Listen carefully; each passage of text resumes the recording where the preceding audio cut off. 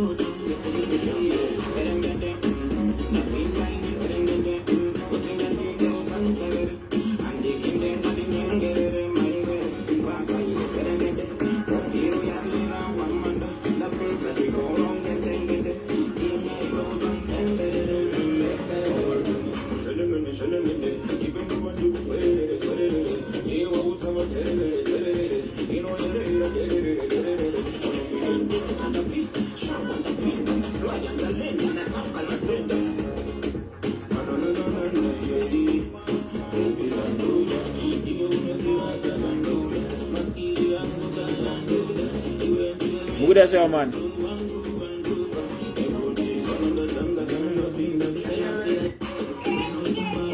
Plot. Ona kuguramba.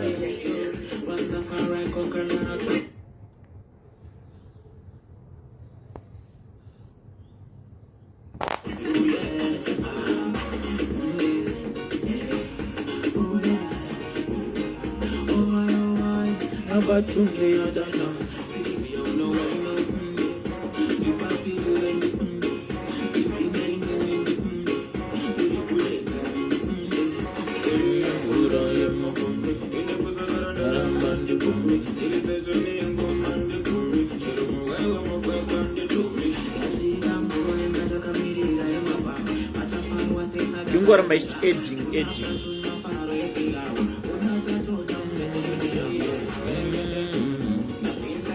Man, but try foot.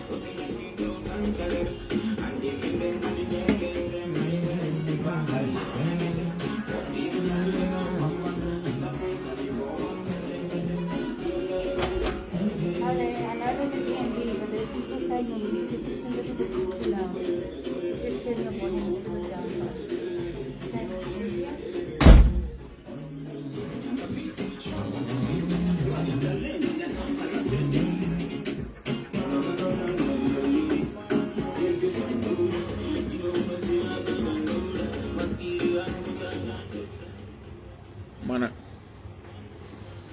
pang ma phone da squirra na chamar man but try foot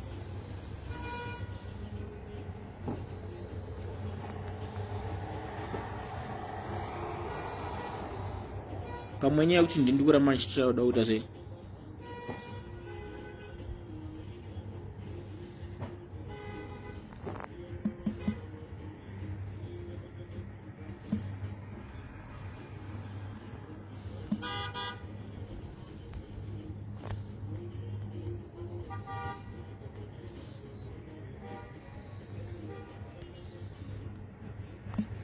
chirungu chonetsa boys.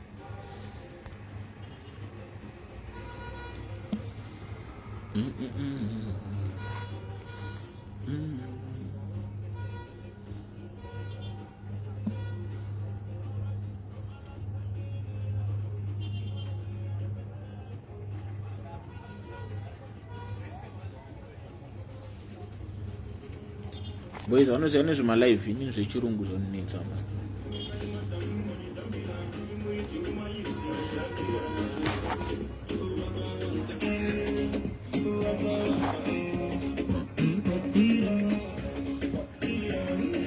Amana mukona kuti mani bora manchitry zvangu but nyaya yangu idiki na plot one.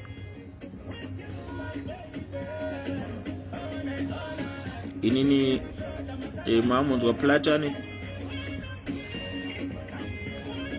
mamboita pause music plot makwani time ona achitaura zvekuti Zimdancehall yapera what zero mtu ukone over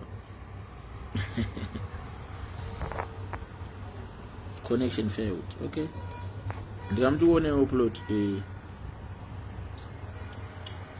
plot iri kumera kuti editing kana mubvunzo plot ngati mudhara une muchedzo kuti was is trying down this is all the time on editing yapinda manipeke ma earphones yapinda. Okay, kawan but indunzwi kangu ma earphones ane basa runzwika ndoita landscape kana portrait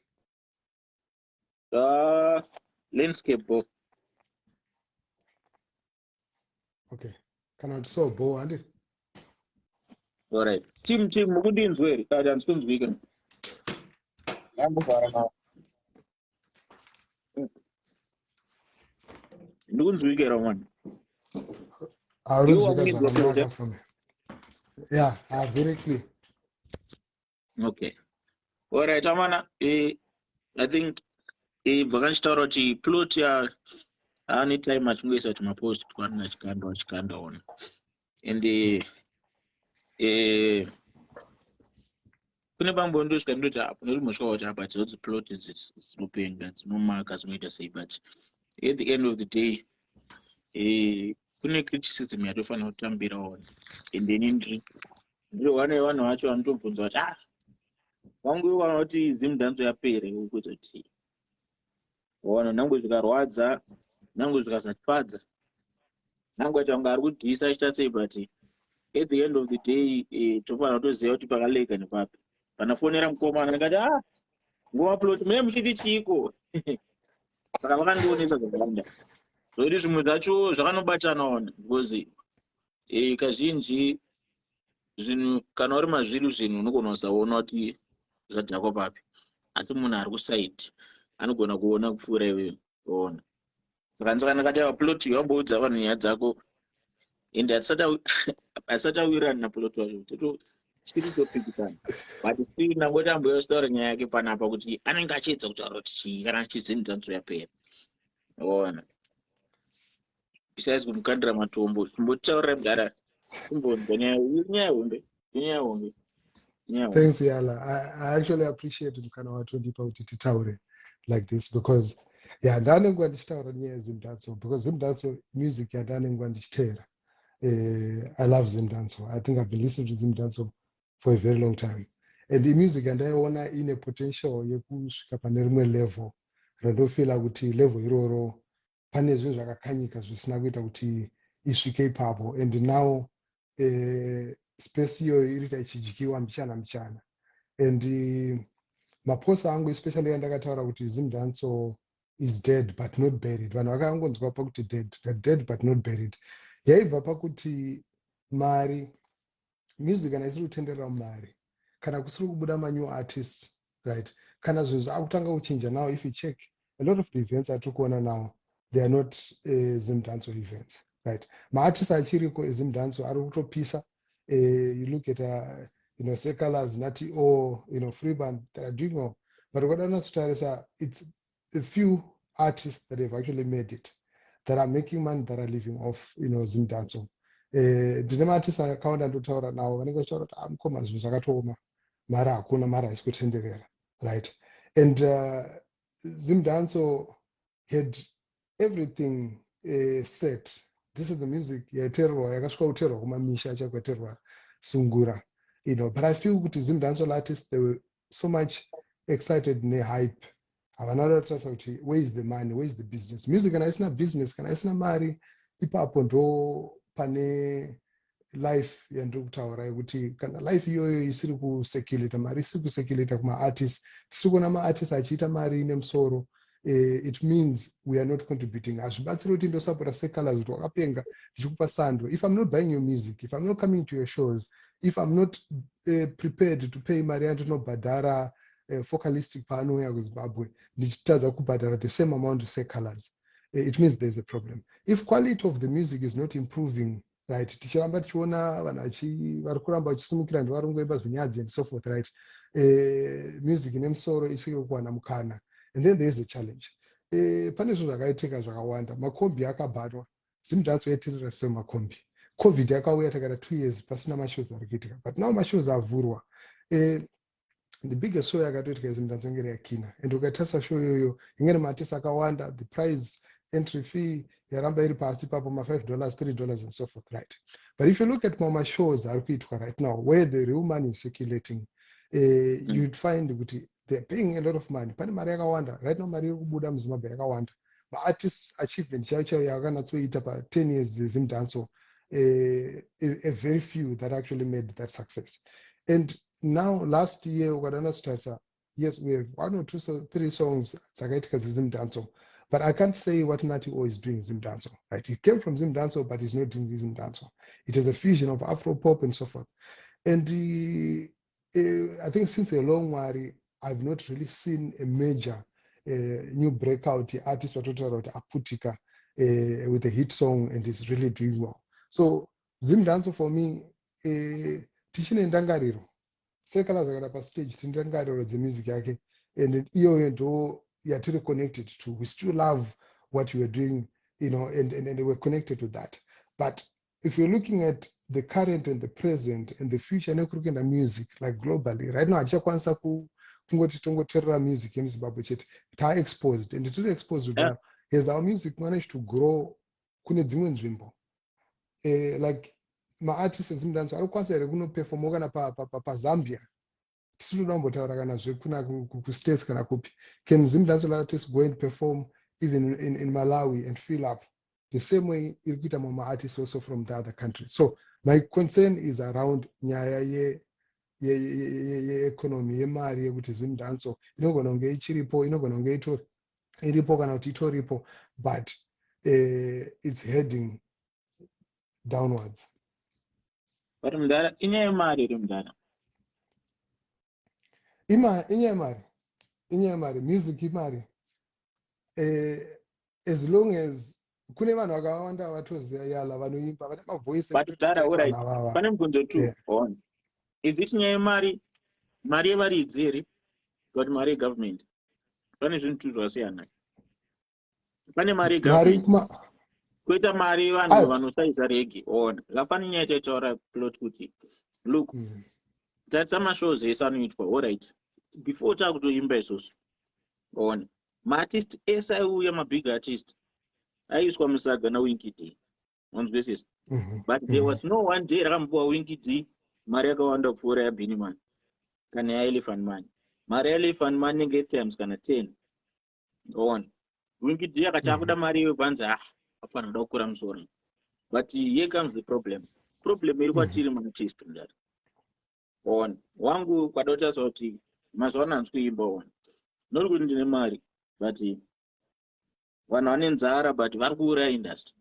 Yakuri kune dzimwe nyika chaifamba ichocho munhu ari kutora mari sick money ichofamba icho mupiwa uchaimba iwe, because tisu tikuuraya business tega before tada kublame mapromoters on, because Calaz akanzoda mari yobva tinoda 5,000. Kune vanhu vanototi aiwa isusu totoya 10 on munotipa 1,000. Vanzwisisa. Makadzi unouya, makadzi anopiwa 20,000. Imimi mese maartist emuZimbabwe makabatana, mari yenyu haisvike 5,000. vanzwisisa makadzi oyo vaimba 3 minutes apedza dance.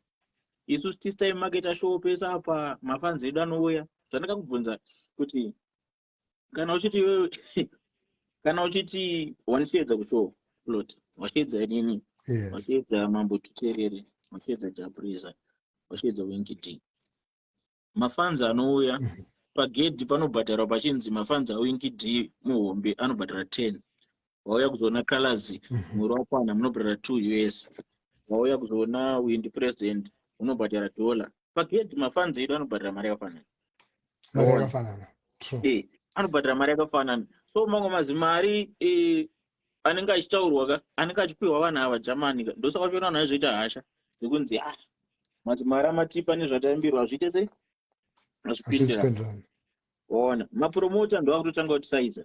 Tabva kumapromota tikusaizana tega kumaartist nenyenzara. Wanzwisisa? Artist ane nzara yekuti anenge achitya kuti dhiri rinoenda.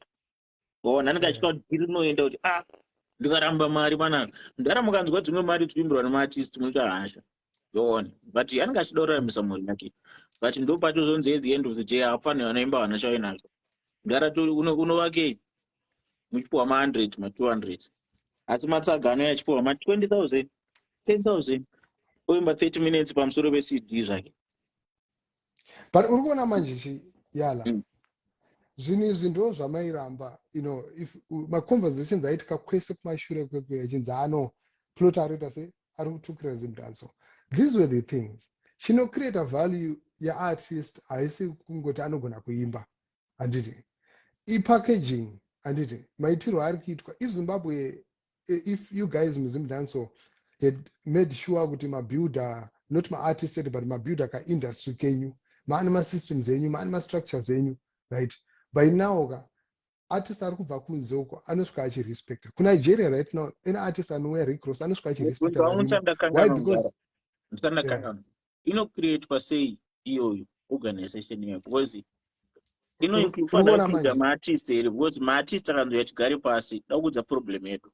Maartist akanzouya achigare pasi kana Seh Calaz ndine song yekurira inonzi atipisike handikwanisi kugara nemunhu asina song yekurira pasi ndeichiti aiwa ndikurira vanhu vada kutora sei vada kunitorera power because munhu anenge achirira that time haana time yenyaya twese tokuchema twavanhu kuti hakuna mari because anenge achiwana munhu. Ona saka masina aya hakwanisi kunzi anenge achigadzirwa nevanhu vasitombori vasiri vanomanija maartist because mukada kuti isusu maartist kuti maartist ngatibatanei titaseuka hatife takabatana because vanhu vane pride ndara. Mumwe anenge achiti kana Seh Calaz handiende wakadhakwa irino Seh Calaz chiiti aiwa handidhile nana ana kila ti marukazi. Ona saka board iyo inotodiwa ona sezvanga uchitaura zvokuti muZimbabwe zvafanira kuSouth Africa kuno kumashows akubohwa chama panoitwa 5 million mashows in 1 month of which makatageta same one yavo vari kusanda mari same mari iyoyo kuZimbabwe zvinezvi pamonth kuitwa mashows mangani. Unoona manje Calaz. Yes. Dauti unatsobatisisa apa. When we are challenging my artists to go international and sing not only for Zimbabweans, do paninya yes, right? Could I also limited? If you are going to UK every year, right now, our artists they are very comfortable. And then go UK 10 years, 12 years, you're singing for the same Zimbabwean audience, right? What it means is, Maruku's limiter and mas limiter. Vanyo vakaboy kana newe ausisina market kana usiri kutopisa avasina market but team rapper Joza kana ripa Nigeria what they've actually managed to do they've created music yavanofila kuti iwo vega sema South Africans ma Nigerians vanonakirwa nayo anditi Afrobeat and piano it's very local, it's very South African, it's very Nigerian, right? They've packaged their music, they've packaged themselves as this is wrong to handle this mangoma this ghetto youth Zimdancehall yakazara chighetto youth kuti hano ndezvemangoma. But I tell you, from the packaging, there is no single Zimdancehall artist who has managed to create his brand in a way kuti everyone ari muhood anoti I want to dress like this person, I want to walk like this person, I want to live like this person, right? So angoramba zvinonzi hano ndezvokupanana sando, right? Paenzi kana kuti itai macontracts mushande muita zvinhu zviri professional asha ndezvongowirirana. No, even my rhythm, you know what, my producer that but the Roma is running put on my studios are running. No one was prepared. Right. Artists Seh Calaz akaputika akutoenda kune mumwe producer wanofunga kuti anoproducer better. Mufana wewe washana naye paaputika uye haachada kumuona, right? And vafana ivavo manje kuti vakure havakure. Right now, I'll tell you, for instance, Chewsport should have been per level Rana Kala or Jasmine or Rana Mapuris. A lot of these guys are put South Africa. Yes, the economy in South Africa is far better. But I think talent Ratina Rom Zimbabwe and Dorothy Chikisa with so much talent. This is why you find Guti every go no Zimbabwe and Arupita something major. So music is limited. I tell you as long as I sing Shona. Right. Uganda Pamalawi Chapo. There's no audience. So limit yo yekuti vanhu vakanakirwa nesando dzekupuwa muhood ndo iri kulimita. So when you're challenging kuti no Winky ari kurova music, but we would need to see him per international. JP ari kurova music, we need to see him per international. Why is it important in international? It's because unenge wakudza audience. Why? Because internet right now yakutotinzwe music yataitadza kuzwa kudhara taiudzwa neredio zvatakwanisa kuteerera, but right now takuchuza tega.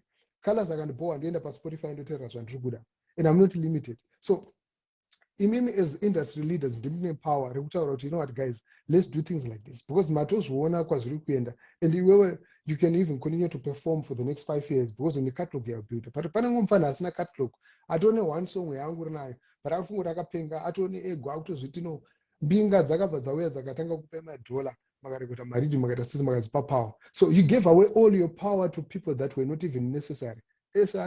Passion Java and whatever. These people, they did not do it for the culture. They never developed any single artist. But it's their names that they built. They're the ones that got the numbers, not the artists. Right now, Vatuni Power Rector something else without even the artists. Passion, for example, I have nothing against it, but he can go and do whatever he wants because I'm in power. But at some point, he needed Enzo. At some point, he needed the Fanta and he needed a Chewsport. No, don't end it our like.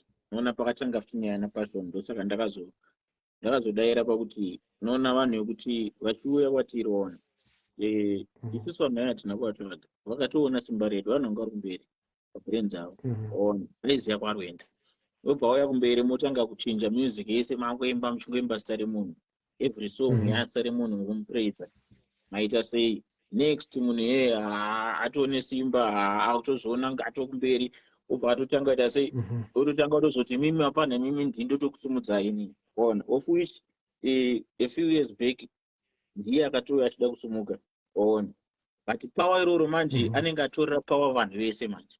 Tarisa mbinga dzese dzingangombinga dzakachiibwa mudhara achitanga kupinda unonzwa vanhu vese tanga maproducer ese atanga kumitira rhythm, asi tikavabvunza kuti mbinga ini nokuona ndosaka ndisikadi kusimbisa vanhu ndokupenga ona tikabvunzana tega isu takagara panapa mbinga dzese dzatikapinza mustyle hakuna munhu ane mbiri asina kuuya through music kunzwisisa nangwe politics kuti vagare pagomo pepe even kuchina mugabe tisu taifamba tichiimba kumarali ona pamaelections akazoita kuti president idivende pepe tisu taimba kumarali wanzwisisa hapana munhu anozikanwa muzimbabwe asina kuda kushandisa mamusic kuti anzwiko waona.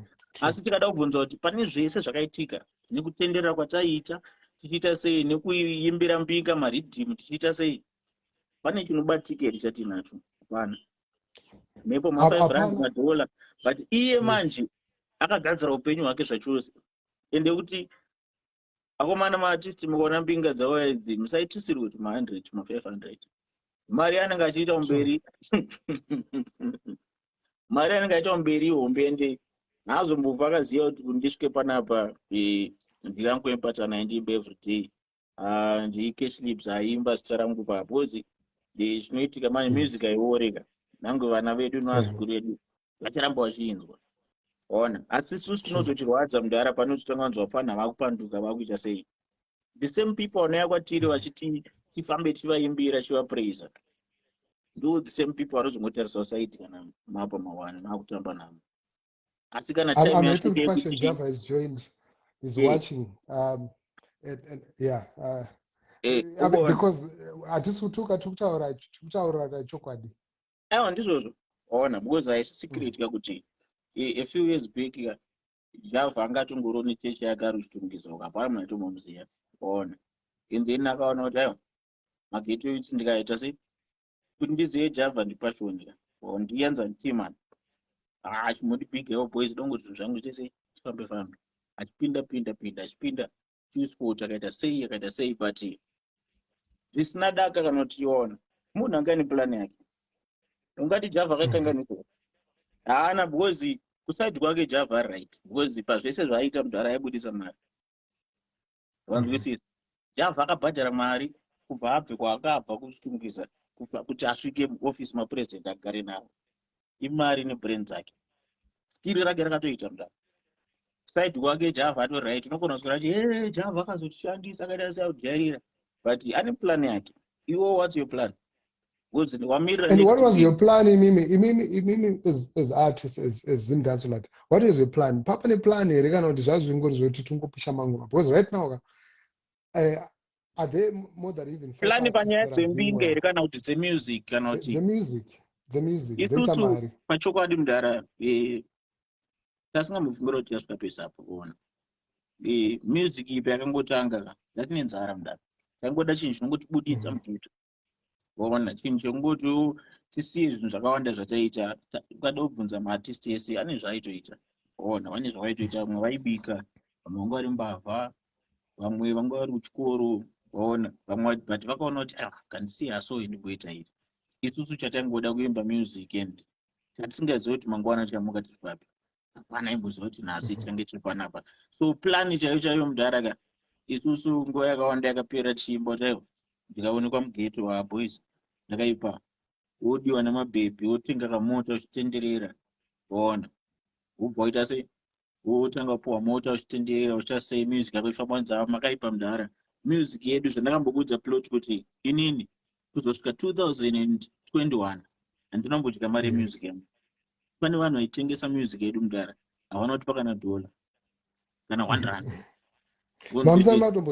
hapana chataiziya ende zvazvisina basa but basa iroro manjeka ndomhosva tinopana vhokawo manje vanga vari mamanager rari basa ravo harisi redu isusu ndo vaifanira kutsvaga kuziva kuti music inoitwa sei tikapedza music iri kuenda kupi waona saka isusu taingoimba waona ndaida kungoimba zvokuti song yangu ipine mustreet ndoshedzwa kulive show ndonoimba ndopapaine brand dzedu hatinombodya music saka kuona chimofunga masong isati kaimba ndomuziva ndemasong mangani hamene kuti mari dzacho dzaidyiwana nani totovaziva vanhu vaizodya asi ukatovabvunza vanototi hatisaka kupusha apana but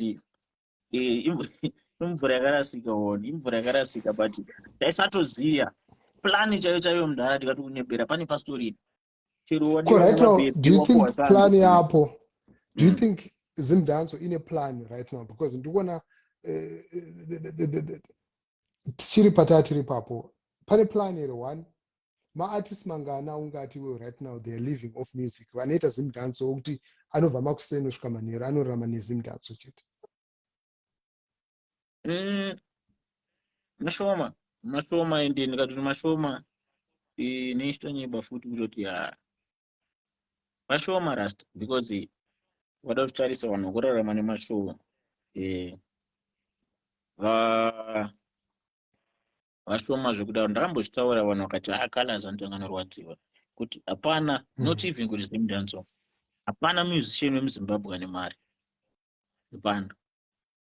hapana mudhara dai tine mari dai tisingaitwe tumwe tumashows vatozomoswera chiitiswa wona hatina mari handiziva kuti ndo pataitaura paya pekuti chakaitisa ana Casper University vesa ana Casper University vaitiwa Zimbabwe vari maketen raiser mashows ataitoimba waona but vakatouya bva vaita sei vachipfuurira why because chinoita kuti chai mari mudhara haisi nyaya kusarongeka chete but nyaya yekutoti makambani emuZimbabwe haasapoti music chinoita kuti vana Casper vaite mari vave nedzimwe nyika maendorsement alright zvandakambobvunza alright Calaz ane mukonyo wawana Calaz anopenga anomboimba zvokunyatsira anotuka vanhu ngatibvise Calaz paside Toki Vibes Toki Vibes ane discipline yekupenga chaiyo chaiyo ina hana kana munhu anoti fitseki nandi Freeman haimba masongo ekunyatsira anorova smart anogara nemhuri yake bobo hana maskandal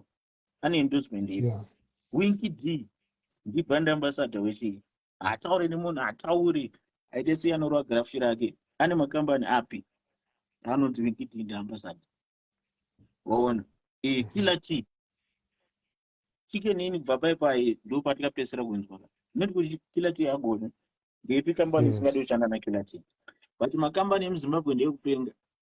I don't go put up and out when Zimara, Zeze. One about Jerusalem, maybe. No, say what Yes. you get in Zimara, but why you wasn't support, wasn't support music. Kwambona my delays on it kwa my ambassadorship and Yes. understand people. Besides the madam boss, ja praiser, yani muma. One. So Mainly, yeah, mainly that's industry true. no kura say one, not taking anything from one to my peer way. One of this is Yeah. but usually my company has good justice. Because Janza Namari Mdarabakit, was music I don't think is a good time. My shows need a But model. urugona manje colors paresti a professional approach shanda ndipapo. If you look at Japreza, he is a create a brand rake. Japreza akatanga kuita music, Zimdancehall yanga kutotanga, right? But he has managed to build his brand is really proper. That never my employees and studio I can whatever, right? My studios akatanga kurekordwa Zimdancehall right now achingore same computer same keyboard same ngrini. The only thing chaitwa nema artists Zimdancehall maiti makaenda ku UK maidzoka mune boots nehembe nyowani, right? Vashoma vaka improve equipment vaka I mean, congrats to you because you've built a studio, you've built 2 studios. But vazhinji avatorina studio, avatorina chimwe chinhu chinobatika. Vaingoenda kunospa kuti taenda UK and so forth. So pama brands, mabrand ane zvaanotarisa. Behavior and so forth. And they've given an example in artists ane behavior. But Zimdancehall haina kukwanisa kuva a cool culture. You get what I mean? But Mira Plus, now to continue. Antica. You don't go to consider she shall missing and needs to measure nine. One. Why is it Winky D? A Hanama company and Fura and a 5 and a 10? Was it Winky D around Daram there? Antica. Ana Uneri, Ana fan Besiagiri, Ana Irinunci, Ana strategy, Ana manager, Uti Banda, Sukoneta One. Was you could Zimdancehall, I see, culture yakadhakwa nechiga. Panyema brand ambassador Zimbabwe makambana atori Rome. Munzwisa mudara. Because the all right, culture yedu tapisa kuti Zimdancehall tapisa Winkiti. Andika. Togona kutsvaka kuenda kune vamwe artist. Vakaita sana Matthias Mary. All right, mambotuteerera all right. Mamboteera nemba gospel. One. Ane chaanokanganisa here pamwe toti makambani haadi kuitwa kuva involved nezvinhu zvokunyadzisira zvemageto youth. Mambotuteerera nemba gospel. Ona akaita masongo akarira kumapati kwavo vanomaridza ekumakambani but haana kana dhiri rainaro rinoita kuti tinatizotaiwa mukuru apa vakasimba. Ona saka tabvisa kuti Zimdancehall makambani aya are they doing justice? Unoziva kuti assumption ine maartist ndeyekuti tiri kuonekwa, mapromota ari kutiona nenge ari kutiona, saka you are deserving. Mune kasense keentitlement kekuti because ndiri kutoita zvinhu zviri born ndiri kutopisa ndofanira kutongoningirira. Pane marelations aya anofanira kutobhidwa ndo tumasoft skills twandofila kuti kuZimdancehall hatikuko, ekukwanisa kutongopinda muoffice because language inenge yaichinja. Kana watopinda in a corporate setup, the language changes. The brand need to be very sure kuti look tichashanda nemunhu tichadai, or else anoperera mabrand ekunzi tengesai chingwa, market muri kudai like very small or my t-shirts. Pfeka t-shirts morning and then motengesa airtime. Right? And because they know you are settling for free, for little, they will give you that because they know kuti makawanda, and right, muri kuita zvinhu zvakada kungofanana, muri kungokiya, they will just do that. But Zimdancehall has the power because ndimune numbers. Every politician wants those numbers. Every church person wants those numbers. Hakuna mfundisi asina kubva interested kuda kuti how can I get Zimdancehall artists on board, right? So power iroro ndo ukatasa kuona na hip hop states, that's what they use. They say, look, we've got this power and we have to pause and say, you know what, F off to anyone else who doesn't respect what we do. Vakazvipa respect, but imimanje amuna respect towards craft renyu. Respect yekuti business. right? Ndakangoya ndoda kungoita chiridhimu changu ndakangoti ndoti boss nengi matopinda ipapo tatoita zvataitoita, right? Respect yekusvika pakuti no. Exactly. So I think it's the respect that a brand creates, is the approach, a business approach, business here kunatsoti muri kuziva zvamuri kuita, muri kuziva your worth, because right now value chaicho ukada kubvunza, I asked 10 Zimdancehall artists munocheja mari pamashow, kusiyana kwemari dzacho kunogona kungokuudza kuti hey pane mahwani pana, right? And right now mashows ari kuitwa ari kuya ma-South African artists, I've heard several artists that are actually saying ndipo mukana ungoperforma even usingandibhadhari, right? Saka iwo Calaz ukazotoda kubhadharwa $10 ipapo kana kuti $100, vane mazita futi vada kuimba mahara. Saka tiri kutozvita ana mainini, we've become supporting acts. Tikaenda kuSouth Africa we are okay kuperforma kupi paCape Town paJoza tichingoperforma maZimbabwe, but tikakwanisa kubreaka into that market it will do a lot. Kangani Calaz kamunoenda kana kuJoza oti no ndoda kuenda paSABC kunoita interview, ndoda kuenda kwakati kwakati, ndoda kunoita interview, ndoda kuenda kana newspaper kashoma, right? But I'm certain exactly, but panouya a South African artist kuZimbabwe ari kuradhio, ari kuTV, everyone kumedia, everyone, macompany is volunteer. I'll tell you show ye last week ye yakazosponswa neBank ABC, yakazosponswa there were like 2 companies, Nyaradzo also came on board, right? Yemfesa kutadza kuimba kuNigeria, right? You'd find with companies are coming vachitoti no tikuda kusupport, right? Why? Because panika packaging kanenge kakaitwa artist asingatombogoneka kana kuimba, but because any presentation yaitwa to the world, and this is the presentation that I'm saying Zimdancehall with that chance, you in touch with the Jamaican artists, endorsement yakatopuwa na turbulence iyoyo, it was bigger to the extent that by now I'd sat down a single Zimdancehall artist who has even performed in Jamaica, who has even been on a big festival. Those who are going to sing with Zimdancehall artist or reggae artist from Zimbabwe who's performing at Summer Jam, who's performing at Richard, who's performing at bigger festivals. Ipapo satoenda agoga, ipapo ndobvumirani wangu kuti muZimbabwe manager chaiwo ebasa chaiwo pama-artist ese anogona kuzosvika 4. Aone vamwe vese ma-booking agent kana kuti mafesa anodera mafoni ezvimoko, kana kuti mufesa anenge anzi ndiye ane mota nguva idzodzo, kana kuti anenge ari shamwari yako, uro anenge ari munhu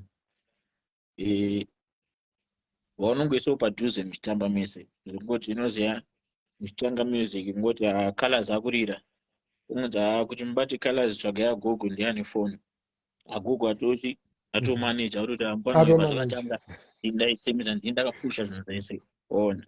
So zvanambotaura kuti ndokwanisa kupa muexample yekuti zvafanira album radhucheriri reria rakaitwa rere, album reria rinofanira kutora mari inotyisa, unonzwisisa, rinofanira kutora mari inotyisa. Rakangofanana nealbum rakaitwa nakiller T, rainzira rebvunza tinzwe, aifanira kupfuma zvokuti dai nanhasi asiri kushanda achidya mari azorora padhena, because rairidzwa kubva song yekutanga kusvika kupedzisira, unzwa. Album akaita sana rebirth yekuti hapana munhu angasikaita sei, but isusu zvatataura ona professional approach iyoyo neprofessional setup iyoyo tikuda kuti taikuitiza, but tikasatova nesetup yakadaro ticharamba chingoti makambani anotijairira. Ona mangani maartist yala uchiri papo, mangani maartist aunoziva ane bank account sinombotaura zvakawanda ndara maartist kutaura zvebank account, photoshoot chaiyo vamwe vakatotanga maimanje, tomudiisha mari tine short sendro picture yako, bank account vamwe zvanaamutaura kuti hapana vasingatozivi kuti YouTube account yake chii chinonzi YouTube account, Facebook account chaiyo hana. Ona so vanhu vanoita utsinye maartist mazhinji kazhinji pamberi paMwari zvaunoziva, vanhu vane talent vazhinji they are ignorant.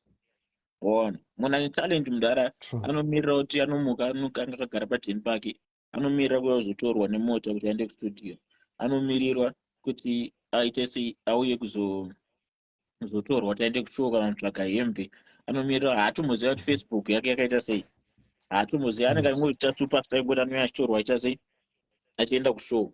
So kazhinji kacho vanhu ivavo vanhu kune vanhu vajaira kugara muindastry vanongachimhanya-mhanya vanozongonobata zvinhu zvemunhu uya yotanga kumhanya-mhanya nazvo zvekuti iye hatomofa akazongoisa musoro kuti kunodiwa bank account, kunodiwa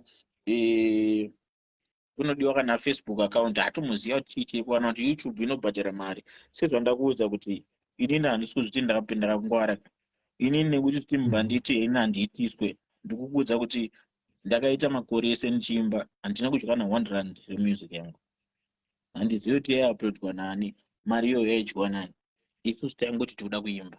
Saka patinoita kuzova fanhiri kuti hapana kunge musaitiswe nevanhu avo, takamboshanda navo takadai so katongonzi Calaz apera akurwadziwa wakuita sei, but hatingambofaniri knowledge yatinayo kuziva kuti munin'ina wangu apa wakuenda pakapa wadiwa ngojamba waina unogona kuita sei, unogona kupiringishwa.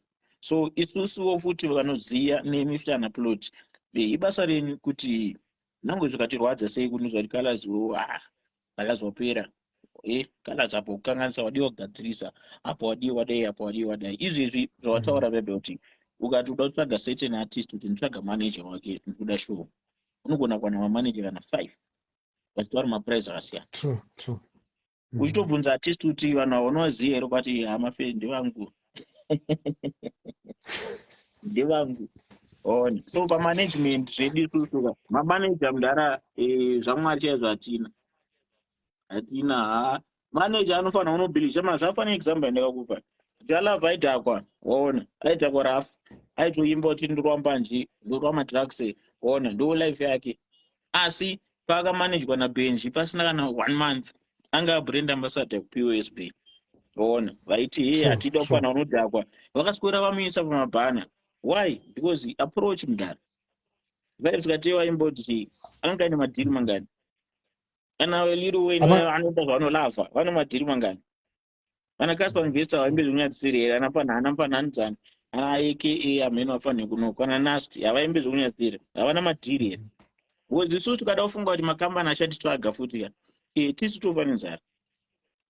Vanhu ava mudhara, vanhu vari makambani amadhara yakati hatimborina basa nezvamune muchita sezvaizve, chero ivo vadya, waona makambani avo mamagara zvekutoti vanokwanisa kusurvivha vasina kusvedzai kana kuti kuita maambassador. But problem futi inoyaba kuti mamanager hatina manager mudhara. Munhu anofanira kupinda muofisi kunzwa mevanhu vekoneti wabhilivisa kuti Seh Calaz akaipa tokupai manhamba but havasi kuzvikwanisa, waona tongovaona kumashows mangoma vachikomanya mudhara.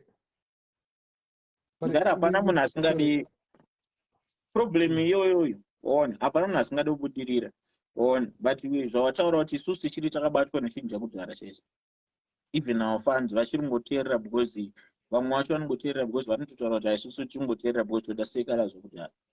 Seh Calaz wezvinezvi ari kutibohwa, hapana zvaari kumbotiitira zvaari kuipa zvikubohwa. Sometimes kune mumwe munhu anenge achikutaura chokwadi, vamwe anogona kuona kunge vanenge vachitaura zvebeef, but mumwe anogona kunakirwa ne the old Calaz kudarika Calaz wanhasi, mumwe anoda wanhasi asingadi wakudhara. But nyaya yedu iri pamanagement. Manager chii chinonzi manager? Ishamwari yako here? Because tikaramba taita madhiri ekuti manager mufeso wako unongotuma kuti tingoita kuti tingofara vanhu vaona tingopinda kutora mari torwa, waona muchatora mari moita sei, what's next? Mangwana pane pakaipa. And because ndoona kuti problem ino also pamaartist pakuti maartist mazhinji andosangana nawo havasi kuda kutoimprova zvinhu. Anenge ana manager, even manager anoshanda, but iye artist ndiye ane power, manager ana basa ndongotora mafoni, but anodecide ndiartist kuti ini ndikuda kuti zvinhu zvangu zvidai, right? And right now I wanted to ask you kuti what's the feeling kune maartists? Muri kuona zviri kuitika every week, like April alone we've had 7 artists achiuya from outside Zimbabwe, which is not a bad thing, ndavawebo anditi, but mari zhinji shaine musoro iri kuenda kunze kwenyika. Maartists muZimbabwe ari kutambura, muri kuti hamuna mari muZimbabwe, tinoti zvakatooma, tikutoti economy haisi kufamba bo anditi, but $30 vanhu vanoibhadhara vagopinda vari 1000 vagopinda vari 2000 kuona artist ari kuya kuimba neCD, right? Imimi semaartists zviri kukusvitsa papi? Does it give you an alarm? Does it move you kuti amana toita sei, kana kuti uri kuzongomirira kusvika palevhel rakasvika urban grooves kuti hapasisina zveshwa mangoma atovharana zvachose mozotanga kuti hanowa matoita sei. Inini ndachandokwanisa kuudza kuti if maartists are being honest or not themselves nesuwo kuti tinatomvuma kuti takapedzera kupiwa mari yatinonatsoda kufudzikana rini bona tinogona takapedzera kuitwa kare but ezvinezvi problem yapo ndeyekuti takutambira zviripo ndokuti takawandisa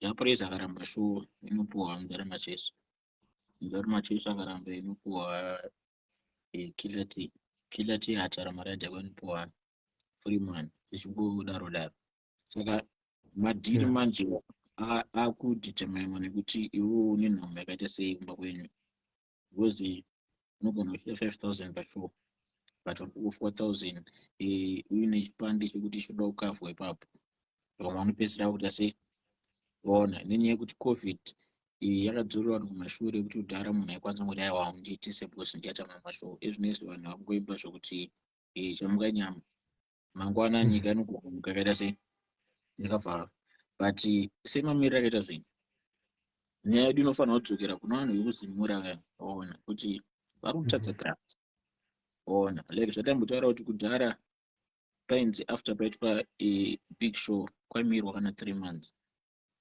ona ndakanzwa kuti kunonzi kuchii alright zvawabvunza plot kuda kuti udzokere kunobvunza vanhu vekuzimura ndiwabvunza kuti wangotaura kuti mapuraizi aripowa maartist emuzimbabwe panouya Burna Boy mudhara zimura inobvunzwa kuti Burna Boy aripowa mari unzwisisa Burna Boy vanza apowa 20,000 voweka woita mesi dzavo vanozobvunzawo here kuti Calaz killer t wingidi aripowa mari so ivo pavanonoona vachinzi Burna Boy 20,000 killer t 1,000 freeman 1,000 Calaz 1,000 kana 500 ivo vaona izvozvo vanozoti chii because paipe panonzi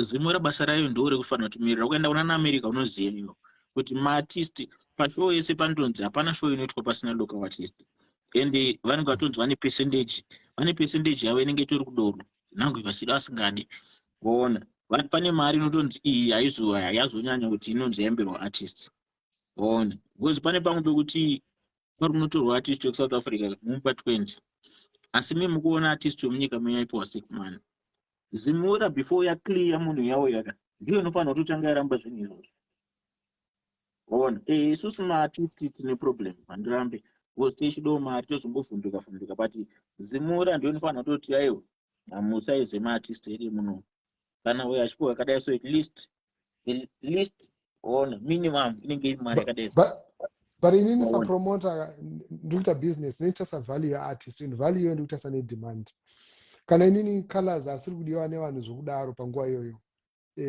ndongomusiya ndotora mumwe artist ndozvatiri kutaura but where I see a problem ndepekuti for example paindependence tatina Master KG nesome South African artists performed andite ndo mafanidzo kaiwai kusati watoenda mberi waona ndo mafanidzo ane chitaura iwai ndo mafanidzo ndo zvinhu zvokupenga manje zvezvo kuti paindependence panonga achinobhadharwa ukanobvunzwa kuti Master KG yange akapiwa mari nemari inenge yapiwa vanhu vaimba kuya unorohwa nehani ona ende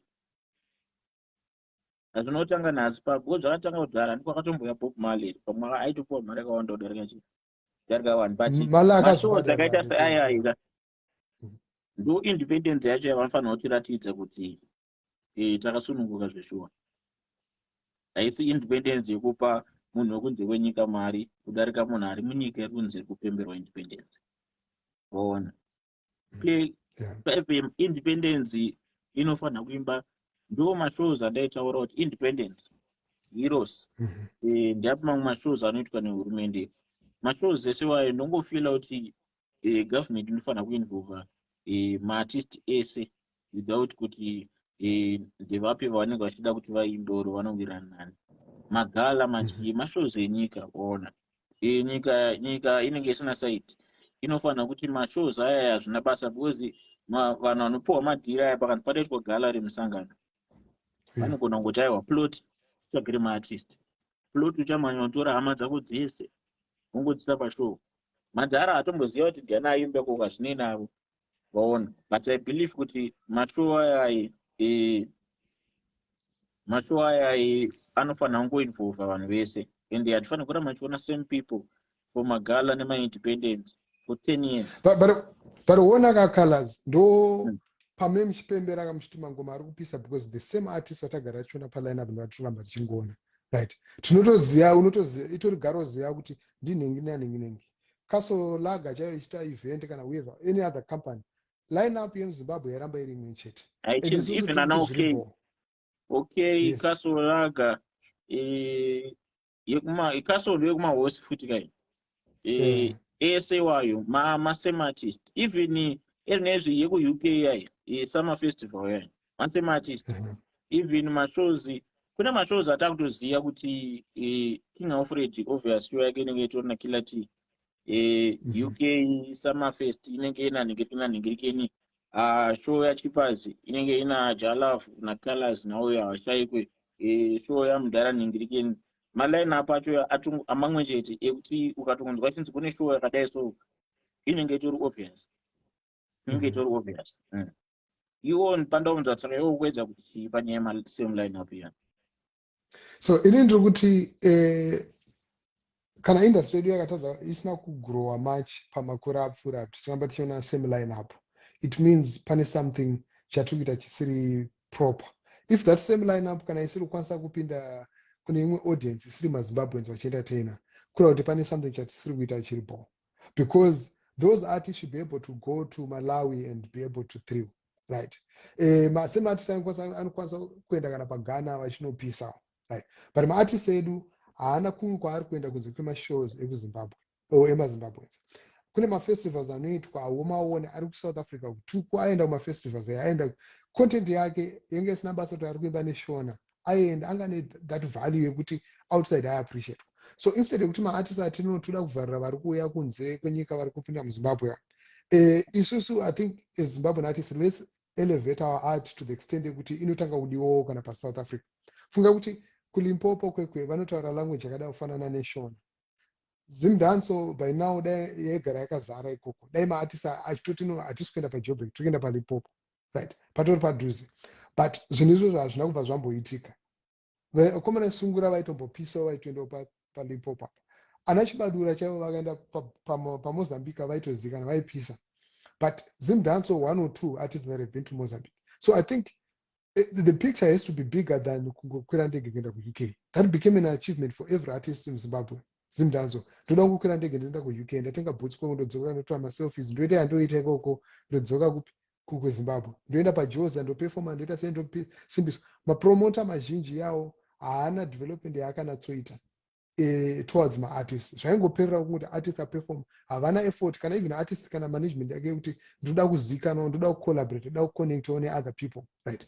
So I feel kuti right now tiri pacrisis, tiri pama1 because mari yeyo haichasecurity, but this is the right moment yekuti imimi maartists mutaure pachezvenyu. Plot haakwanise kuti akutaurise because or another person, right? Or even cheapers. Why? Because imimi ndimi maartists, ndimi ruzana moya makatasana, ndimi ruzamukana makatasana, makabatana munokwanisa kutaura negovernment, makabatana munokwanisa kutaura nemacompanies, makabatana munokwanisa kutaura nemapromoters, hamubatiriro. Kangani maartists achitravel achinzi ashaiwa mari yekudzokera kuZimbabwe, right? Zvinhu izvo zvairamba zvichiitika. Kangani maartists achinzi music yauploadwa pane platform but haasi kuwana mari, adyirwa mari akaita sezvo. Zvinhu izvo zvikuramba zvichiitika. Why? Because maartists ari kuti as long as ndiri kurira handina basa ne-anyone else. You remember ndakaita Zimdancehall summit sort of suggestion one. Una maartist vanhu vakafanana nebhora one. Kuti maartist anatonzita anatogara tutaurirane kana ona zvinogona kutora time yakawandisa, but pane vanhu vane simba iroro jamani. Ona manager wa Freeman haafanira kuzviona kunge ndiye Freeman, manager waSeh Calaz haafanira kuzviona kunge ndiye Seh Calaz. Mamanager aya vanhu vanofanira kutaurirana, ndivo vanhu vanokwanisa kugadzirisa zvinhu izvi, vachienda kunosangana vachitaura zvisina kuzviti inini because ndipo pazvinototangira kuti nyaya yemanumbers. Nanzwetesa manager waJaa anogona kutaura kuti inini uyu handitaure naye, on manager wanza anomachizobata awataura nawo but ndiwo vanhu vanokwanisa kugara pasi vachitaura nyaya idzi because maartist patogara pasi chisuperstar chakawandisa mudare waona chisuperstar chakawandisa togona kupedza gore tichipesana tichingoonana tikasatira same show pasame time ka togona kutopedza time isingatoonana waona nokupa example zvanebo kudza kuti ini naJalavu chaichaika chagona kuti chagona kupedza gore tichipesana tichosangana kumashows ati one day kuita sei because basa redu kuti nhasi ndiri kuchipingi iye anenge ari kuSouth Africa waona iye nini pachaenda kuSouth Africa anenge kuCape Town togona kupedza gore tisingatosangani because vanhu vanofanira kunzwisisa chinhu one kuti pane mainterest ebusiness zvandaudza vanhu ndokupa example yaJalavu ona kuti unonzwa vanhu vaiti akazada kunyembedzera kuda Jalavu because Jalavu akafa akasiri shamwari yake Jalavu nasingatambe naye waona but Jalavu anga ari enemy yangu but anga ari rival yangu but ati macolleagues pagraft wanzwisisa kutamba kuenda akuti kuti ndaiswera naJalavu wanzwisisa akuti kuti ndaiswera naJalavu ndichimufonera kuti Jalavu naso wadyei ukundwa sei ayo waona tati ne mainterest egraft ekuti marivals edu achaita pagraft ka anga asingasviki kupesana kuti tikaonana takutomhanyisana tikadosangana tiwanoita sei Jalavu kuita sei but ndanga ndisiri shamwari yaJalavu yokuti ndaida udhini kwake nonoti wangu yatimomwa tii wanzwisisa but ndandiri shamwari yekuti tainzwisisana kuti zvatikuita izvi tikutsvaga mari saka kuona paipe panobvunzwa question yekunzi donyembedzerwa nguva itamba naJalavu no waona kana chita tati mafriends pagraft wanzwisisa taigona kuita sezvatinoita but kana tasangana kuti wamugachirwa ibasa iro tamashamwari noti mafriends ekuti zvatoita plot kuti plot wamakasei waita sei taikunopedza 2 years isingatoitesi kana 3 years mudare tosangana taita sei totaura tasangana show but nyaya yedu hombe anga ari mainterest ebasa redu nemafans edu kuti wangu toita sei waona toita sei izvozvo zvega ndo zvairatidza kuti ini naiye tatine respect for each other yekuti vanhu vagona kusazvinzwisisa kuti tikasangana paine vanhu vanotoshamisa kuti kuvana vanenge vachiita sei kuti taido tikasangana tongoenda pasaidi tichitaura so ndo relationship yandoda kuti maartist tive tiinayo kuti kana totamba tese plot hazviroti ndoda kuuya udheni kwakonasi madyei mukadzi wako ari sei ai tokwanisa kutamba tese but tisingawirirani wanzwisisa mainterest so ndo zvatofanira kuita semaartist kuti tofanira kungeziva tamanaka tofanira kunge tine organization zvekuti artist zvikanzi Calaz afa nhasi tinotanga kufamba muchikumbira unoti tikumbiro mari yebox ndisina mari maartist tofanira kukwanisa kuvigana jamani tofanira kukwanisa kuti zvikanzi Calaz nhasi achikoka gombo tofanira kubatanidza mari kuti tiise mumwe wedu pagombo zvikanzi apindwa nedambudziko tofanira kumirirana because mangwana ndiwe nange ukarira zvakaita sei mangwana ndiwo changa wakuda kudonaterwa something so zvawataura zviya kuti tofanira kunge takabatana toita masina akataura kuti tiite kuti unoziva kunofanira kuine at least minimum mari yekuti vanhu vanoramba so yekuti tofanira kutoudza teko dai zvazviitira towana way kuapproacha makambani nekuapproacha government because tikada kunomira government mumwe achimira rwani anotamanza hawe Calaz haada kutaura because zvake zvakadhakwa mumwe adaita sei but zvawambobvunza zaizvo kuti asina zvakadhakwa wacho ndiani zvawataura kuti mari dzauri kunzwa tipuwa maartist tonzwisa titi wangu nevanhu vanonga vachia kuzvimba 3 minutes ototanga kukandira mastage alright ndakupa example on mbinga idzi kana tichiita maevent adzo ona ndinokushedza kuti yamuimbe nandika mobva maita se mupuwa kuti masick money moenda kunoimba ona iwewo paunoita event yako iwo mbinga yauye kushow kwako ukaita same day mbinga yauye kushow kwako inoenda kushow kwaBurna Boy yotanga nokanda mari pastage asi Burna Boy ari kudzokera mangwara uchanzi mufanira wangu yaumbondibhiga ona ndiudze mbinga dzinombiwa mashow kwedu todziimba kambinga wakambodziona mbinga dziri mustoda tumu dzichiuya zona show wakambodziona mbinga dziri kubare dzichiuya vakangoonekwa jamani vakauya pakati kwalive vakaonekwa vakabatike futi saka izvozvo zvinoreva kuti jamani vanhu vari true kwatiri vatofanira kumira nawo jamani mafans edu ava vana ava vanenge You know, vari I pakutsvaka respect vanhu havasapote vakaita music own havasapote ndinoona music. respect if I look at someone like Chippers was there Zimdancehall and he worked so much for Zimdancehall. He did a lot and now Zimdancehall is also one person who is working. I to push out zvinhu zviite sezvidzokere pazvazvo. And I feel kuti makabatana muri kana kuti 4 5 6 artists and influence makanogara pasi some of those people and say, look, tSeh, how can we bring more artists pasi timbogara funga kuti maita bhora rera maimbota moita soka mechi and what stops you now from sitting down kuti amana toda kugara pasi, let's talk about the music industry in Zimbabwe. Even kana vegospel vana vechi uyai titaure pasi tSeh zvinhu hatisi kuda mumwe munhu ari outside music, tikutaura pachezvedu. Zimura chai tukwana marere iri kuplaya kumaredio, right? Mapromonda tikubatwa zvakanaka here, chii chiri kuitika, toita sei to improve sei. Venue hapana kana single venue yakambovakwa one ever since Zimdancehall yakaputika, not even one. Pakatovharwa mavenue, right? But by now paifanira kunge patokana nevenue inonziwo ndeyemaartist kana kuti inoitwa maconcert. Mavenue amuri kushandisa ndeyemasports aya. If City of Harare kana kuti Ministry of Local Government yakati muchauya pastodart pape munotokwangwaya, right?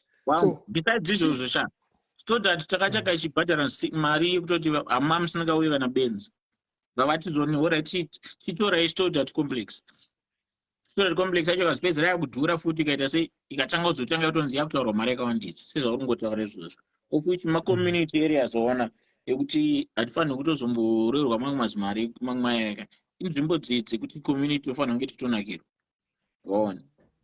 True. So imimi makatadza, especially right now is the right opportunity. And if you take that lead, yokuti guys, I'm not doing this for Seh Calaz.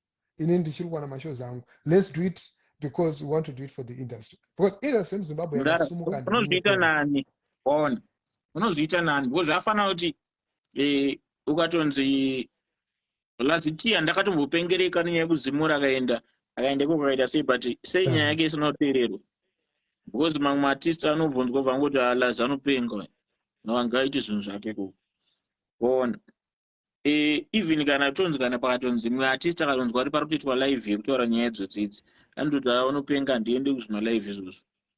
Inini munhu wandikatoziva kuti munhu wandaitotemba chaichaiwo andaiziva kuti tokwanisa kuenda kunogara nemajara pasi chinodzora mwanaka zvinhu hazvimamira mushe nditsaura ende munhu anokwanisa kusumuka zvinezvi asingagaire kuti anokwanisa kuti handitotaura navanhu vandokwanisa kuwirira naye ndifreeman waona. Rimwe timu rese riri kunotanga kutonitaura tine brains akasiyana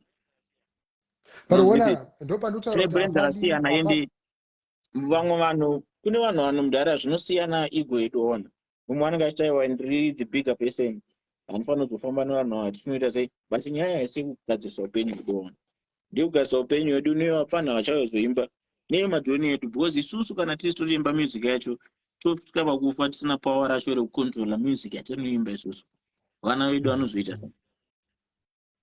But uri kuona Calaz zvakafanana say the things that I've been saying about Zimdancehall andita dai ungotori mumwe munhu usina kutombo tisingatombotaure tese uri kuona. So this is how different you are, and I think right now for you to look for other leaders in the industry and ndinotora leaders in the industry ndinofanira kutotora industry ichienda kwairifanira kuenda, right? Because muchitori nepower iroro muchitori nesimba iroro kwanisa kutaura kuti I know what ndatigare pasi. If you do that meeting nevamwe venyu maproducer maartist nechika, right, one yamunotaura ramana ndatigare pasi timbotaura, right, toita sei what's the position yamunobva nayo ipapo ndiyamunokwanisa kutaura naye negavheni. Position yamunobva nayo ipapo ndiyamunokwanisa kupresenta even macompanies kuti amana tisupport yewo ndo zvatoda kuita. Nothing will stop you even from organizing your own shows because up to now there's not even a single Zimdancehall festival, nothing, right? Yes, kune city sports kune chakati but hakuna festival yatinoti isusu iyi big festival yeZimdancehall inoitwa every year yekuti maartists even from outside anoti anondoda kuuyawo, right? But influence yamunayo mune influence yekuti right now mukomana ari kufuza mombe as we speak pamwe ari kutoona video ine, right, which was not happening before. Maka disrupta sungura yanga yakabata music, right? but right now mari pamari apa money in the industry ndo yakubuda kunze, ndo mari yakushakwa muindustry. Maproducers ari kutambura, maartists ari kutambura, vanhu ari kutambura vari muindustry, mari iri kubhadhira maartists ishomanani, right? Izvozvo ndo zvinhu zvamunokwanisa kutanga kuadressa. Even vanhu vese vakasauya, you don't even need everyone, because mwana anogona kuti handindaita zita rangu kuti riwe, the few 10-5 people vanouya ivavoka, it starts from somewhere and it goes to somewhere. Zvasiyana nekuti diplot kana somebody else anongoitawo blogging ari kutaura, right? Because imimi ndimi unatsoziva, you wake up, you're doing music, you've built a studio, you're working with artists, you know struggles emuartist, right? Vapana variko right now vasinovambona mukana yamakawana, right? Avatombozivi struggle yamakaita, because makaputika kusati kwane social media, kusati kwane internet, so hazvizvo mablogger. Makaputika maradios asati atanga kuridza Zimdancehall. Zimdancehall yakatanga kuridzwa paradio because yanga yakutanga kutosumuka, right? Yes, kune vaibatsira vaita tSeh, but you'd find kuti radio stations that will respond to your power. Power FM yakati takuisa 2 mashows eZimdancehall. Star FM yakati 2 mashows eZimdancehall. ZFM yakati mashows eZimdancehall.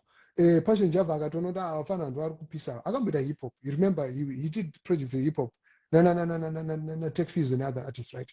But he didn't really create the same traction. But because he saw also the value that you guys had. Yes, he put in resources, he did whatever he did. But I think you were not able to really negotiate with him to say, look, Ndara, it's also this the kind of investment that you could. Magava comfortable, okay, a video, okay, say right. But right now, the very same people, it's also this our dreams as young people. This is what we want to achieve. Studio. But we want to build things that actually help. Can I choose put in the same space? Yanga 10 years ago, apana development maybe near to paint, aircon and so forth, right? But if they don't have the state of the art equipment, can a personal marketing department really choose per paper? Can a personal flow say flow choose sporty? Dominate marketing, dominate my video, dominate my sleeve, dominate distribution and so forth. If you're still relying on other people to come and set up things for you, it means someone else take that power. Imagine power or music get distributed in the UK. Why? Because I'm going to access to YouTube, right? Imagine right on money access to the same resources, you can actually do it. You can, but if things don't change, I tell you, in the next 1 year, Seh Calaz at this rate, every month, 10 artists are going to Zimbabwe. I will tell you, even my locals, I think I'm music in Zimbabwe. I'm a piano, my weddings, I'm a piano, I'm a piano everywhere. And these are the things that can actually correct now.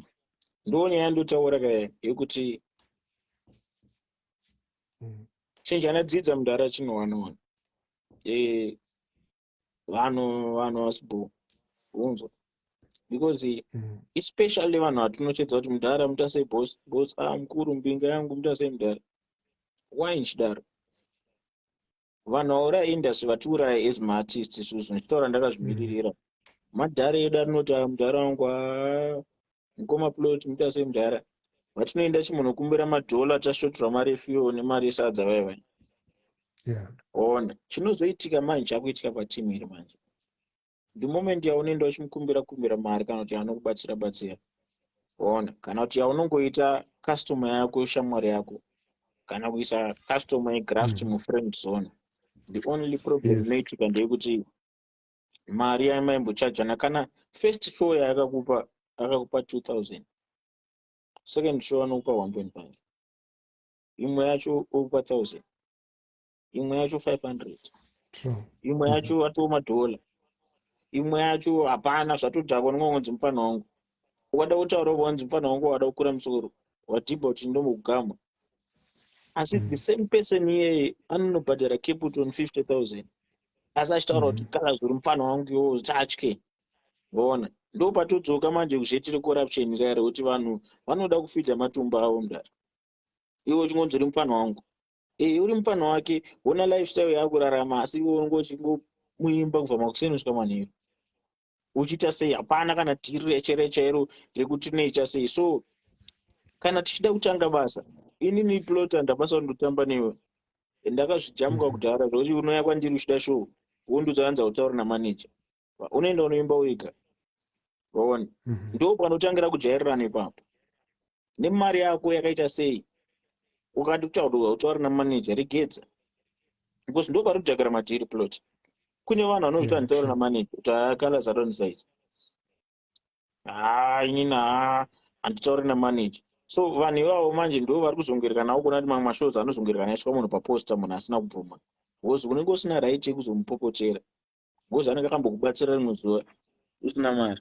Saka akakuisa paposta ukamubvunza kuti mukoma kuenda angoti mufana wangu uri mufana wangu uita sei kusada ona. So nange promota nange zvikanzi show yaita sei, I think kuti maartist hatifaniri kuita mabookings direct neteam, because vanhu vanoti maproblems akawanda mulife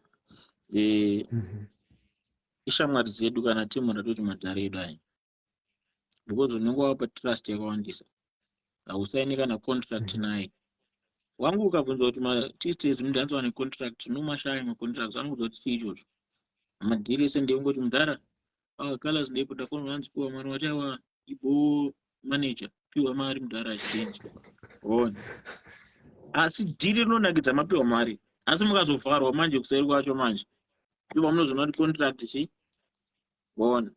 Contract chairo kuZimdancehall enda unomabvunza kuti pe contract vafonefone rounoti robude munonzi mudhara munongoetaurirani uye pamupedza namo mudhara munongo mukasvika vasiya, so munongoti yepasodati pasi pemuti wangu iwo ukachedze manager wekunonzi wekucoca-cola kuti yatisangane pasodati pamusika paipai. So professionalism hatina mudhara ona. Ende zvamambotaura zvaya kuti mukutarisa kuita sei nekuita sei, kuti uyu yenyu yakasara makatarisa kuti mudaita sei nemusic. Inini kusaiti kwangu mudhara chinji kuda kutotanga chaicho inenge iri professional setup ona zvinhu zvakawanda zvinyowana from management. I think ndakambokuudza zvandoda kuita waona. Shamwari dzangu dzichasara dziri shamwari dzangu, they have nothing to do with my music nebasa rangu. Ende inini woku kunendi Seh Calaz musician wokungoti neni churu pabasa, kasisi zvekuti inini ndindoswera ndakabata foni ndichiita se iswera ndiri paWhatsApp ichida kuti utaura nemhene ona, because time yese iyoyo ndofanira kunge ndiri kugira kuti ndicreate content ndichiita sei. So the first move yanga ndichofunga ndeyekuti kuita professional setup yevanhu vanogona basa iri. Kune vanhu vanotoendawo chikoro marketing, kune vanhu vakatoendawo chikoro zveaccounts, kune vanhu vakaendawo chikoro izvo zvemanagement. But isusu kwese kuko taikuita shortcut, taingojamba ende sezvingotaura mumacomments kuti musaite mbingana mwari wangu, because music yako mudhara ikangotanga ngonzi pese painotanga iringotanga ichingoti mudhara plot mako bvunza mudhara plot, mudhara plot vakazotibatsira, mudhara plot vakazo ona. Mafanzi panika kuteerera manje wakutovhiringidza wakutoita munhu ngemwari ona. Iye mwari ane jealous, andinoziva mwari ane jealous kuti hautomboimba uchitendo mwari akakupa chipo, wangoimba plot every day. Mudhara plot vanipidza mubhima, mudhara plot vatenga Benz, ndakufamba nepombi ndakuita sei. So professionalism ndo yachibuda zviri. Ini ndangu ndikazoita chimboko changu saCalaz, because art yangu mudhara art yangu, though sometimes ma endorsement nekuita maambassadors zvinolimita art, because inini nditorowo nezvandiri. But haungatizoni kunonzi kuti kuri kudiwa munhu kufojera kuzeki wotora fungisai wobva kuti ndiye brand ambassador wefoja. Kumasese unotora kuti kukasotanga kukudiwa munhu ndokuona mutora mambotiterera apa vamwedu ona. Kune maadvert anotodiwa vanhu vanoita zvinhu zvakadaro. So vanoita musikanzwa ona. So zvafanira kutoda kuadvertisa makondomu. Ungatore munhu wegospel here womuisa paadvert makondomu, but zvinhu zvinoda kutoitwa advert maona.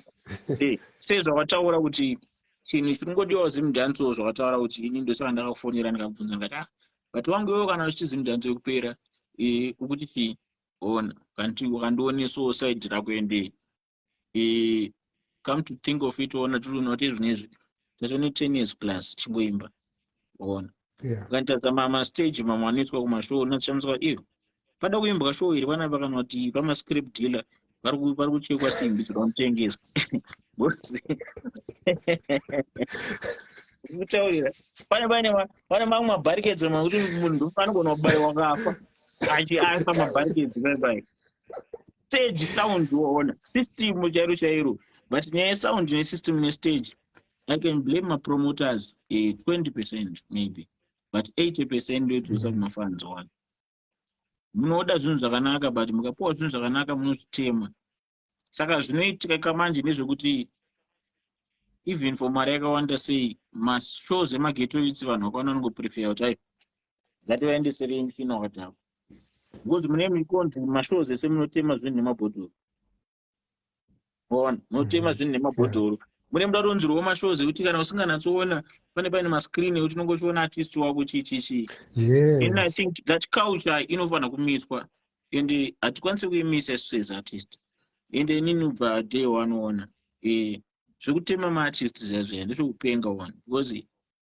inini even nangu ichinzi handifarire artist wakaita sekana kuti pamwe tine tumarival twedu kwatikuita kudhanza yakuti nowandi kuti munhu anzi anotemwa zvekuti makutotema munhu kuti atadze kuimba nange paine vanhu 3 4 5 munhu wese ane vanhu vanomusapota nange pave vanhu 3 4 5 vauya kuzoona artist vasiye vaenjoy artist wake iwo kana waboyka neartist ari kuimba unomboenda kutoilet kana munhu tsvaga chikafu go wombonozorora woita sei but kutema artist ka mapromoters akufanisa mamonya mucrowd munhu anokanda zvinhu anofanira kubatwa tombomisa pastage pape umwe mudisciplina uone chaizvo because chinoitika nchekuti munhu wese anenge asacrifice kuenda kushow achida kunoona certain artist wanoda because munhu wese anoda munhu wanoda and then aenda pastage pape utemwa uita sei zvaita sei culture yekutema vanhu yaya I think it should end one but inoda futi mazvaataura zvazvo inoda futi maartist ese because pakanzwika Calaz kuti mntu sakande makeni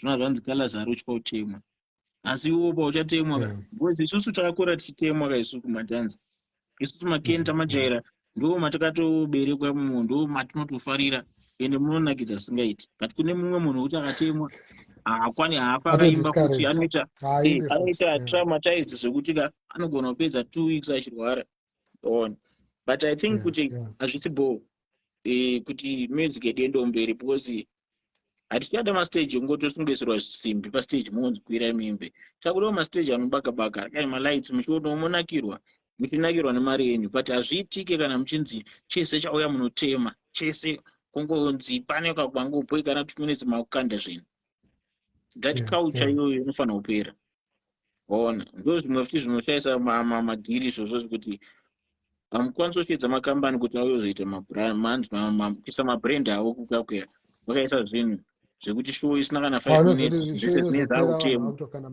show inozopera vangwana kutozozvishaya zvimatendi zvavo zvaenda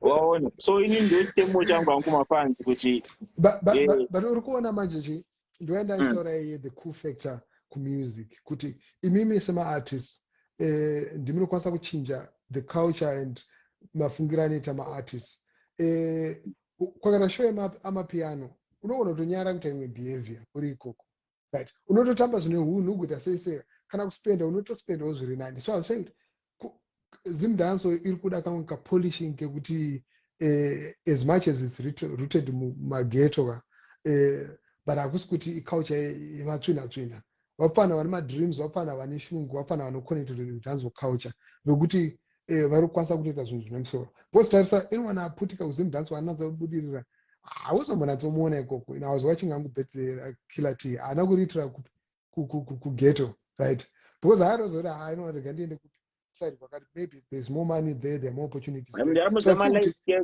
anonaka unoziva kana uchiimba so kana iwoka wega unoziva ndosaka uchiona umwe apana anouya kuzimdancehall kustage anouya kana aine shena waona apfeka kana bhurugwa rakabvaruka because anenge achinotoa hembe aswera nayo anoya nayo handikuudza ukambona maevents ekujamaica here machenera anenge akaita madinga aya ari smart ndikuudza kuti vanhu vangani vanosonesa maoutfits ekunopfeka pastage kuzimdancehall vangani kwese vanodza kuti mashows ekuzimdancehall ndiye murima anongoti chero ndauya chete chero ndauya pane wangu vanofanira kuisa malights anopaka zvekuti unenge uchioneka kana mapundo ese anenge achioneka ukafema kana ukasitekerera so unenge uchioneka mazino ese mukana. Ndiko mastage atinenge tichida Do you know because there's something that I zvinoinspire observe? zvinoita inaki. Waona, but izvozvo mafanzi afani kutanga kupanda zvinhu. Ndo nyaya hombe. Kana vasingade munhu shaanobhabhaiswa, munhu abhabhaiswa vari kustage vanomanager stage todzima mic, munhu oenda kuseri. Because kana varungu havasi kukuda but violence haina chainoita sei chainosolva ende opa watouya kushowa munhu akaiswa paposta. Saka respect zvinodiwa pamwe vanhu. Respect kuti iwewe kana unoona kuti hausi kufarira artist ari kuimba. Chingomira enda kutodzora pedza. Yala. Zimdancehall kana isinga attract mababy. Isinga attract vasikana kuti vafeel safe, vauye kuma show, right? Tichiti takata some audience tiri kuona mune equation yeyo 1:100. 100 wa maface ne 1 vasikana. Kwedu kuna masista. It says a lot. You know, anowhere masista. Masista na vasikana zvasiyana. Kwedu kuna masista kune masista vanhu vashinga. But problem futi iri kuya paipa ikaona kuti mafanzi edu isusu hatisiri tukati tiri mucrowd. Mafanzi ndo anenge akubata hanzvadzi dzedu magaro manje mucrowd kunzi iwe uri mucrowd kutoti kutoita zvidhanzoona kuri wagaro. Saka vamwe vanhu havazvigoni manje. Waona. So izvozvo zvese zvinotangira kusecurity. Security haisefa haifanira kunge ingori pagedhi pekutora mari. Waona. Haifanira kunge ingori pagedhi pekutora mari. Security inofanira kunge iri mucrowd. Vanhu havafanira kubatwa ginya. Waona. Vanhu vanofanira kuti vakava nemota dzavo nezvinhu zvavo vanodzokera kuti safe. Because but problem neyapa kuti ziso rapromota kazhinji neriri pagedhi. Ndipo pane pavasazwa security. But yes, masecure mari matora big but vanhu vese vaya kushowa vaenda kumba safe here. Vanakirwa here vaita safe because mucrowd munofanira kunge munhu anofanira kufara. Zvekuti anofanira kuburitsa foni yake achitora vhidhiyo yakasununguka zvisina kuti yambunyikidzwe kunyapfurwa kubatwa. Waona. Izvozvo zvinoitika nyaya kudaita mashows ekuti murima rima mastereki nekushaya security. Nekungokaunike ngonzi kugeto vanhu vanobata vanhu ginya vanoita sei. So zvese izvozvo zvinhu zviri kufanira kutariswa. Waona. Zvinenge zvifanira kutariswa futi nezimura mudhara kuti vari kuti mashows paunomabvuma mapurisa anobvuma mashow aya. Paanobvuma mashow vari kungobvuma zvoti vangonodya mari here vachingonzi vari pagraft kana kuti vanongonodongora kuenda kunorara. So chinhu ichi mudhara ichi chinotoda kuti tichikutsanire. Zvawatoita I wish you the best and I think usatombomira. Take the initiative. I don't know what direction you're going to take but even if it means 10, 15 vanoona monero uri kuita because it takes one person kutaura kuti amana because iwo unonatsoziva pamakatangira kusati kwatombone mashow kusati kwatombone anything right mastudio achitonetsa kubatika muchishingirira ndege dzisadza kutombokwirwa right but right now culture iyoyo ukaiona ichifa it should worry you kuti hapana mana imwe taingonakira tena mapasa chitosparkwa mangoma chitorwa maclash ita sese zvinhu zvitofaya vanhu vachitoita mari vachita sese right ena anga siri munhu anaita mari boom beto aigona kutoputika Calaz ariko jalava ariko but boom beto aitoita mari kwaitoputika silent killer kana another artist nechika vanhu vachitoita mari zvitofamba zvakadaro but now kana tane 5 years kana 3 years tirongoita 1 or 2 people vari ngori pamusoro kuvafana vese vane talent and culture love fana netalent raanaro hantu kunyepere Calaz aifanira kunge atopa nerimwe level right vese ana vanchoga zvakaitwa navanchoga veshe hapana anofanira kuti wakatrenda ufane mari kwete kungoita mbiri unoziva ndosaka kuna maartist atoita depression uona nechimwe stress because wangu mbiri haisipoka kana usina kana senti because masekozi ako haukwanisi kugara pakadoma wangu kana watotora mari yekombi uona haukwanisi kupinda mupedza namo uchida kutsvaga wakachi haukwanisi kupinda mupedza namo uda kutsvaga wakana kantuwe kako ke 5 rand unenge wakunyara kukota mamaimauti gosiyala chawaona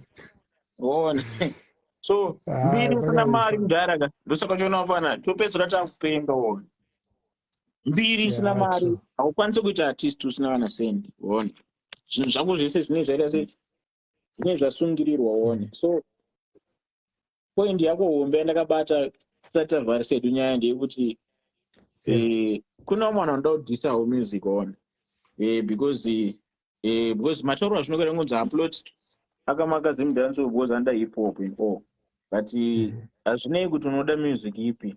Waona ndo nyaya dzandokashinisa nevanhu kuti yo plot tikati tine maopinions akasiyana akawanda mulife.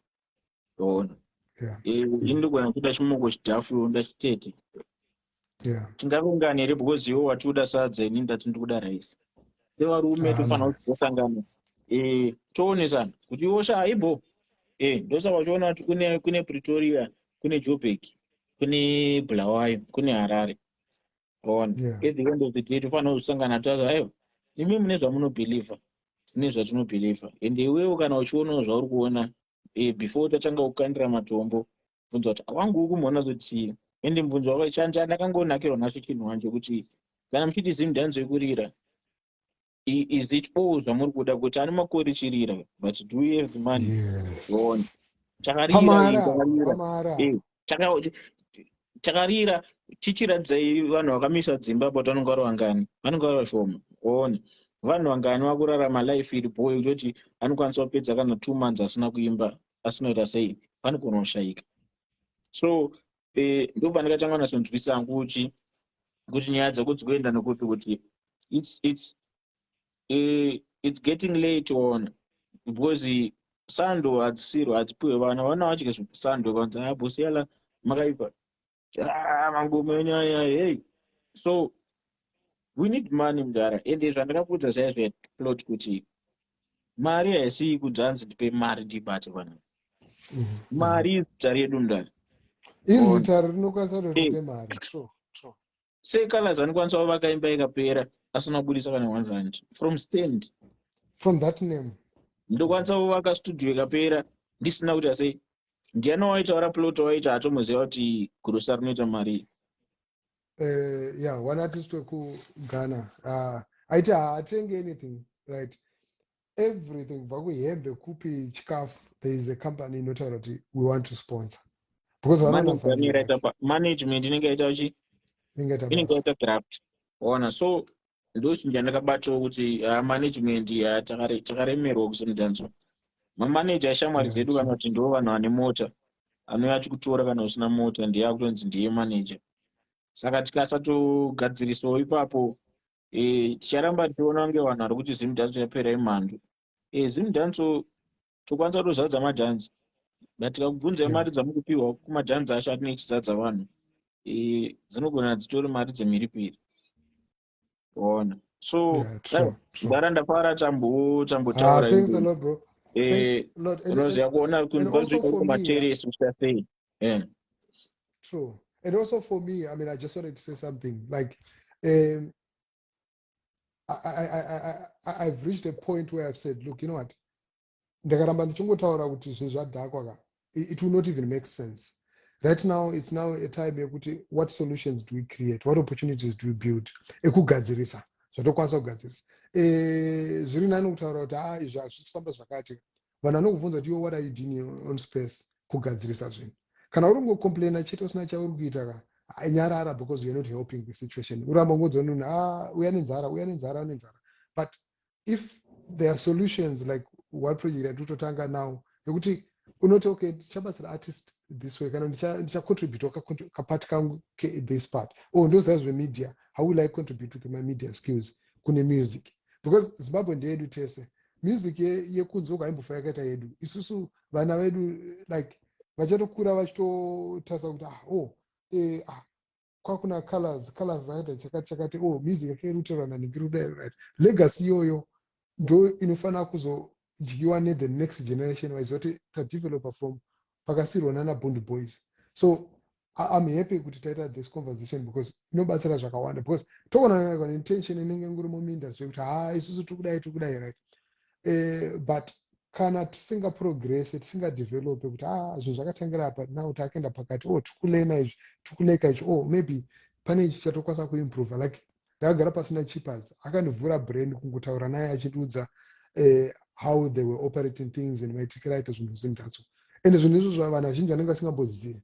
Vanhu vanenge vachingona artists ari pastage havazivi mastruggles amemu nawo. So I think inini the next time yandouya kushow kwaCalaz akati $10 ndinofanira kuva prepared kubhadhara because inobatsira kuti artist wandiri kuda kuti aite star. But kana ndingori prepared kuti ndiri kuda kubhadhara $20 kuna Focalistic ndisingabhadhari kuna Calaz wandoswera handisvinatsonakirwa naye achiridza ngoma dzake, it means there's something wrong with me. So I also urge my fans kuti ama ndatipei maartist ndasarwadziwa nekusapota maartist. Focalistic pastage akapiwa 4,000 yematip. Isusu totorwadziwa pamunhu kana $1 chero pastage. Munhu anakidza asipaka usiku hwese 3 hours achiridza. So I think we need also to change our attitude because we can always blame our artists Ivalue yatozvipa mari hapana. Yes. Ivalue yatozvipa wana kuti ukapuwa 10 years unoita kupfugama nekuombera uchiombera mbinga. Saka inotoziva kuti imi mamudeserve mari.